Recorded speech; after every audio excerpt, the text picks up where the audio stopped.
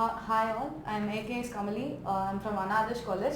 I came here to Saitechinfo to complete my internship project, and we started our internship on epoxy resin coating, and we stepped into it and we have collected some of its notes, and I'm here to share it with you. Here is the chemistry of epoxy resin. First we are going to see about the formation of epichlorohydrin. How we are going to prepare is that chloropropane, we are going to take a chloropropane. Generally we know it when we connect a 3 carbon in a linear chain, we call it as a propane. When a Cl atom is attached to it, we call it as a chloropropane. To this chloropropane which undergoes hydroxylation, which results in the formation of 3-chloroprop 1,2 diol. When this 3-chloroprop 1, diol undergoes dehydrogenation, which results in the form of epichlorohydrin, which is due to the formation of epi-ring between the first and second carbon of the 3-chloroprop 1, diol, which results in the formation of epichlorohydrin. That's the formation of epichlorohydrin. Next we are going to see about the formation of bisphenol A. This bisphenol A we are going to prepare by using 2,2 dimethylpropane, in which with the addition of 2 moles of phenol, which results in the formation of bisphenol A, which is chemically called as diphenol propane. Here these 2,2 dimethylpropane combines with 2 moles of phenol as it combines the reaction with either sides of the carbon chain, which results in the formation of bisphenol A.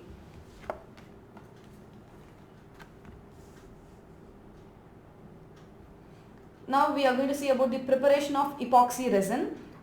This preparation of epoxy resin, we are going to use chloropropane and bisphenol A, which we have prepared already. So this chloropropane and this bisphenol A combines. The hydrogen from the bisphenol A and the chlorine from the chloropropane combines in the presence of NaOH, which results in the formation of monomer of epoxy resin. This combination generally results in the preparation of monomer of epoxy resin. When this monomer combines with it, it results in the formation of polymers of epoxy resin with the presence of NaCl, which also includes the extraction of NaCl, because due to the presence of NaOH in the previous reaction, which results in the formation of NaCl in the polymer of epoxy resin.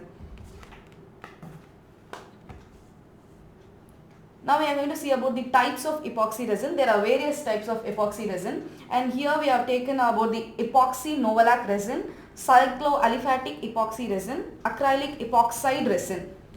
We are going to see it one by one. And now this is the structure of epoxy novolac resin, and this structure, which is the CO, CH2, CH, CH2O, and this is the epi ring structure, and this structure remains constant in all the resins because it is the resin structure. It remains constant in all the types of resins. We are going to see one by one. You will notice that all this resin compounds remain same in all the resin structures.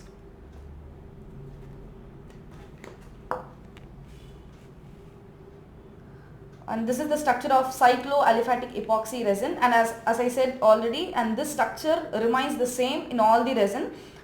So this is the structure of cycloaliphatic epoxy resin, and this is the structure of acrylic epoxide resin, and as I mentioned already, this structure remains same in this resin also. Now when we are talking about the phenol formaldehyde resin, it consists of 2 subdivisions, which is called as Rizol and Novolac, and now we are going to see what is in that.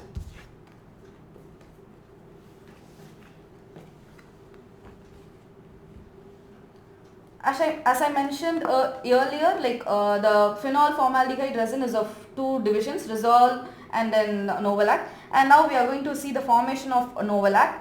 Here it takes 2 moles of phenol that I have taken either sides, and with the help of formaldehyde, as I taken it is either side because to show the match of this hydrogen with the oxygen. So here we taken 2 moles of phenol and with 1 mole of formaldehyde, which results in the elimination of water, which results in the formation of novolac. It is a monomer of novolac. This process is called as condensation, and which results in the monomer of novolac. when we combine many monomers, which results in the formation of a novolac, which is a polymer, n times, which depicts the chains of monomer, which we call as a polymeric chain, and that is called novolac. And here we are going to talk about the drying process. Drying process is nothing but when we change a linear structure into a close packing structure, we generally call it as drying process. For example, when we take a handkerchief, it is fully close packed, interlinked like this, and when we remove one of the one of the woolen threads, it become a very loose pack. So that's the example of this. And here we are going to talk about the polymer. So it is the linear polymer. When it gets oxidized, it becomes the close linear pack polymer. As I told you, and when we are removing the one woolen thread of this handkerchief, it will become the linear polymer, and this close linear polymer is nothing but the whole handkerchief.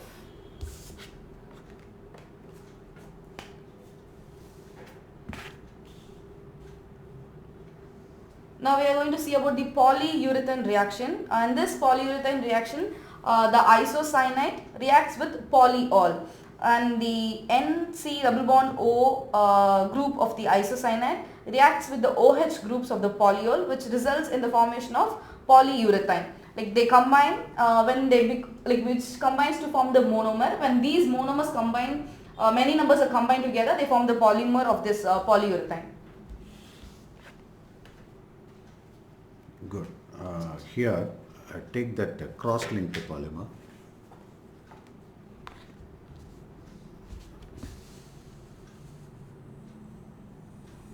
Okay. So, when the paint is available as a liquid inside the can, what type of polymer is exhibited? Linear packing. Very good. So, inside the can, it is a linear polymer. But once it is applied on a surface, then it becomes a cross-linking one. It is not closed, cross-linking, but closed, tightly packed. Thereby you are able to get the film formation. So this is the principle of drying. And what do you call this drying process? What type of drying? No, it is dried by trapping the oxygen. So it is called oxidative drying. When you talk about oxidative drying, it happens in the case of air drying enamels. Okay, air drying system. But what we use here is a two-pack system, a curing type. So chemically they get cross-linked. And that's what we are discussing about the polyurethane and the epoxy. So they are cross-linking with the diisocyanate, all you have shown. So the cross-link, and that is why these liquids, these curing type of paints are supplied in two-pack. One is called the base pack, another is called hardener pack. So when these two liquids are mixed, then it becomes a cross-linking one. At the time of application, it should be mixed. And how long this mixer can be kept as per the supplier recommendation? In separate How many containers hours? or? No. After mixing, how long you can maintain that mixture? Maybe 1 hour. 3 hours, up to 3 hours. So normally within 2 hours you try to make out the job, and based on that you have to mix it. You should not take large quantity and apply the paint, then keep the residual paint as such, means it will become thickened, it will get spoiled. So you have to plan accordingly, such type of two-pack system. Okay, good.